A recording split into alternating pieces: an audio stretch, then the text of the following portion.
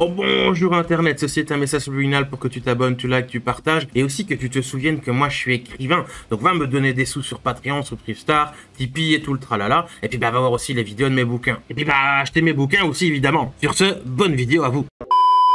Vous vous êtes sûrement déjà demandé plein de fois, surtout si vous êtes artiste vous-même, mais comment c'est possible que ce truc soit populaire et à la mode? Tout le monde s'est déjà fait cette réflexion, moi le premier pour certains trucs.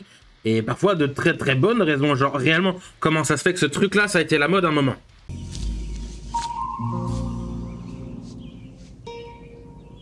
What the fuck is this piece of shit? Et la vérité, en fait, elle est très simple. C'est vraiment la raison, il n'y a pas plus simple. C'est que les gens, ils en parlent. Et il y en a quelques-uns qui apprécient, et donc à un moment donné, à force, il y a eu un effet boule de neige de popularité, où petit à petit, de plus en plus de gens en ont parlé, et puis tu as atteint une masse critique et ça a explosé. Il y a vraiment un moment où tu atteins un espèce de seuil, une espèce de masse critique, et quand tu atteins ça, le reste, ça fonctionne tout seul. Je suis pas pro marketing et pub, mais je crois que c'est comme ça que ça marche pour qu'un produit, en fait, il soit populaire. Tu finances, tu fais le marketing, tu fais la promo, tu fais machin, tu fais suffisamment de bruit autour de toi, de ton côté, de ton effort à toi pour promouvoir un machin, et puis quand la sauce va prendre, elle va atteindre un certain seuil de popularité, et le reste, ça va rouler tout seul. Donc le but, c'est d'arriver à toucher un certain nombre de personnes et à réussir à atteindre ce chiffre, en fait, cette espèce de masse critique qui fait qu'une fois que tu l'as passé, il y a un effet exponentiel et le monde entier va en parler. Et c'est là que nous, petits artistes, on se dit « Mais putain, comment je dois faire pour pas venir à faire la promo de mes œuvres et que ça fonctionne ?» Parce que croyez-moi, on se le dit souvent et on pleure et on geint et on souffre et on déprime.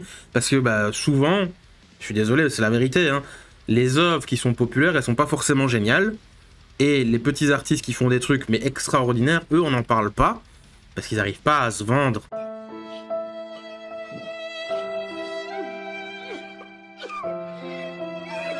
Et à l'inverse, on voit que X ou Y à côté, ils font des trucs vachement moins intéressants, on va dire, ou alors vachement moins sympas, ou alors c'est moyen, quoi.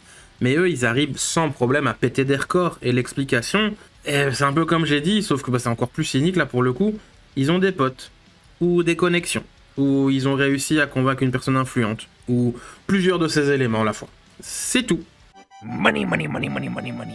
La vérité est totalement cynique, c'est que si tu es entouré de gens qui hype ton truc, donc des fans, on va dire ça comme ça, ou qui vont relayer le message et aider à faire la promotion, pas besoin qu'ils soient des fans, mais bon, on les appelait comme ça, voilà, ils font ta pub, et ils vont t'aider à entrer en contact avec les bonnes personnes en la matière, et puis t'inquiète, ça va aller, ça marche, ça suffit comme ça. Ne t'inquiète pas, ça va bien se passer. D'ailleurs, si tu es une fille, ça aide beaucoup. Enfin, c'est mieux que si tu ne l'es pas. Et si vous me croyez pas, si vous dites misogyne, machin, tais-toi. T'es juste hypocrite ou con ou ignorant ou les trois à la fois. Tu prends une photo d'un tableau ou d'un dessin ou tu joues d'un instrument de musique, on s'en fout. Mais si on voit que t'es une gonzesse, croyez-moi, au niveau visibilité, au niveau promotion, ça fait du bien. Ça fait du bien. À l'opposé, si tu connais personne, si t'es un mec pas vraiment photogénique, ou t'es un gros loser qui a pas d'amis, ou t'as aucune connexion dans le milieu, ou t'as beau avoir reproduit la Mona Lisa à la perfection, etc., mais tu connais personne, les gens ils vont faire « mais ». Oh, look at all the bright colors.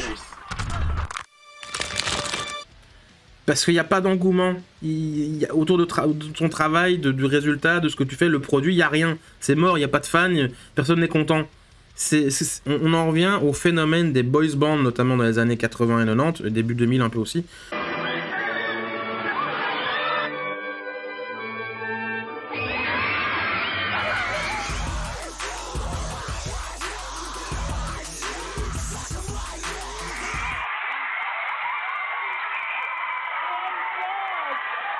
Touch you, a lot of times they don't realize, they can get a hold of something.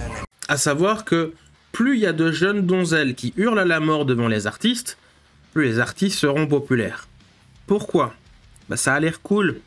On sait pas trop ce qu'ils font, on sait pas trop qui ils sont, mais on s'en fout, ça a l'air populaire. Quand on est artiste ou créateur en tout genre, même des trucs virtuels genre vidéastes YouTube, ou même des journalistes, ou ce que vous voulez, on s'en fout. Si vous faites quelque chose, vous devez attirer l'attention et que les gens soient fans de ce que vous faites. Et qu'ils le montrent qu'ils sont fans. Et petit à petit, on va passer de 2 abonnés à 5, et puis à 10, et puis à 20, et puis à 50, etc. Mais il faut absolument qu'il y ait de l'engouement. Vraiment, vraiment. Par exemple, sur YouTube, vous voyez une vidéo, il n'y a pas de commentaires. Automatiquement, vous allez vous dire, ou alors il va y avoir cette pensée de bah, c'est nul, ou il y a un problème, ou fait chier. Enfin, ça va pas être un bon sentiment. Peu importe s'il y a genre 50 000 vues, ou s'il a plein d'abonnés, s'il n'y a pas de papote en fait autour de la chose qui a été créée, il y a un espèce d'effet de lositude ou de loser. On va se dire que c'est pas normal, qu'il y a un truc qui cloche en fait. Et c'est pareil s'il n'y a pas beaucoup de vues ou pas beaucoup d'abonnés, etc.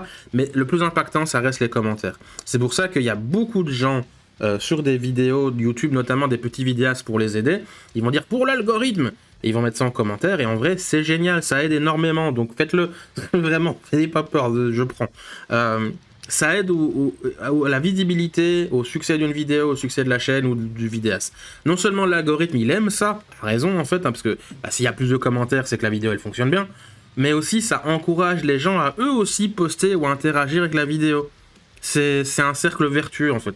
C'est chauffeur de salle, voilà, donc ma mission c'est de mettre de l'ambiance sur les plateaux télé et d'expliquer le déroulement d'une émission, parce que souvent sur les plateaux télé il y a du public, et souvent le public qui sont un peu timides et tout, et donc moi j'arrive avec mon micro, ouais salut les amis, est-ce que ça va? Ouais, voilà, donc je chauffe les gens et je leur explique le déroulement d'une émission, je leur dis que voilà il y a un générique début, sur le générique il va falloir taper des mains en rythme, etc. Alors le chauffeur de salle, il rentre en scène une fois que le public est installé, une fois que tout le public est installé. Et ce qu'on va faire, c'est d'essayer de les mettre en confiance, de leur expliquer qu'on n'est pas à la maison, donc ils ne sont pas devant la télé, mais ils sont dans la télé. Parfois avec mes bras, j'ai l'impression de battre la mesure, mais c'est un échange avec eux. C'est pas, je les dirige pas vraiment, quoi. C'est vraiment un échange. Ils me donnent parce que je leur donne et ça va dans les deux sens. C'est un peu aussi comme une boîte ou une discothèque. Faut qu'il y ait des gens qui dansent déjà pour que cela fonctionne et que les gens aient envie d'aller venir danser à la boîte. Enfin bref, je vais arrêter les métaphores, mais j'ose espérer que vous avez compris. C'est valable pour tout, mais pour les artistes ou les créateurs en tout genre, c'est capital. C'est atrocement horrible de réussir à accomplir et de parvenir à convaincre un petit groupe de départ, ne serait-ce que 3-4 personnes, déjà comme ça, c'est un tour de force.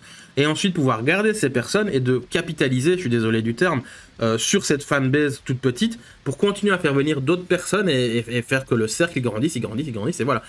Et à tout moment, c'est ça qui est horrible, vous pouvez perdre ces gens-là, pour X ou Y raison, bonne ou mauvaise, et si vous commencez à perdre des gens, là c'est compliqué, parce que s'il y en a un qui se barre, il y en a peut-être d'autres qui vont se barrer. Bref, vous voulez soutenir quelqu'un, vous voulez soutenir quelque chose, un petit artiste dont vous aimez le boulet, vous trouvez qu'il mérite à être un peu plus connu, ben soyez présent, créez de la hype, commentez ses posts, ses vidéos, allez sur le Discord, allez... C'est con à dire, il faut devenir son ami. C'est débile, hein, mais c'est comme ça. Il faut gueuler très fort, souvent, et voilà, et dire aux gens de venir. C'est horrible, hein, parce qu'en fait, c'est votre responsabilité, mais c'est la vérité.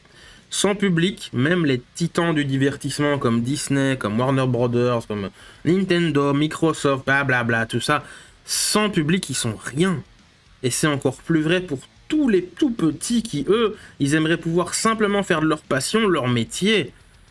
Sans public, c'est mort.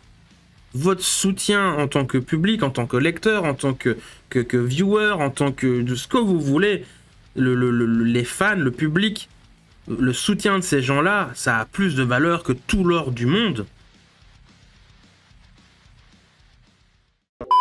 Ah ben la vidéo elle est finie, rejoins-nous sur Discord pour nous dire si t'as aimé, pas aimé, t'es content, pas content, nous faire des câlins ou des grosses baffes, le lien est dans la description. Au revoir internet, gros bisous, à la prochaine.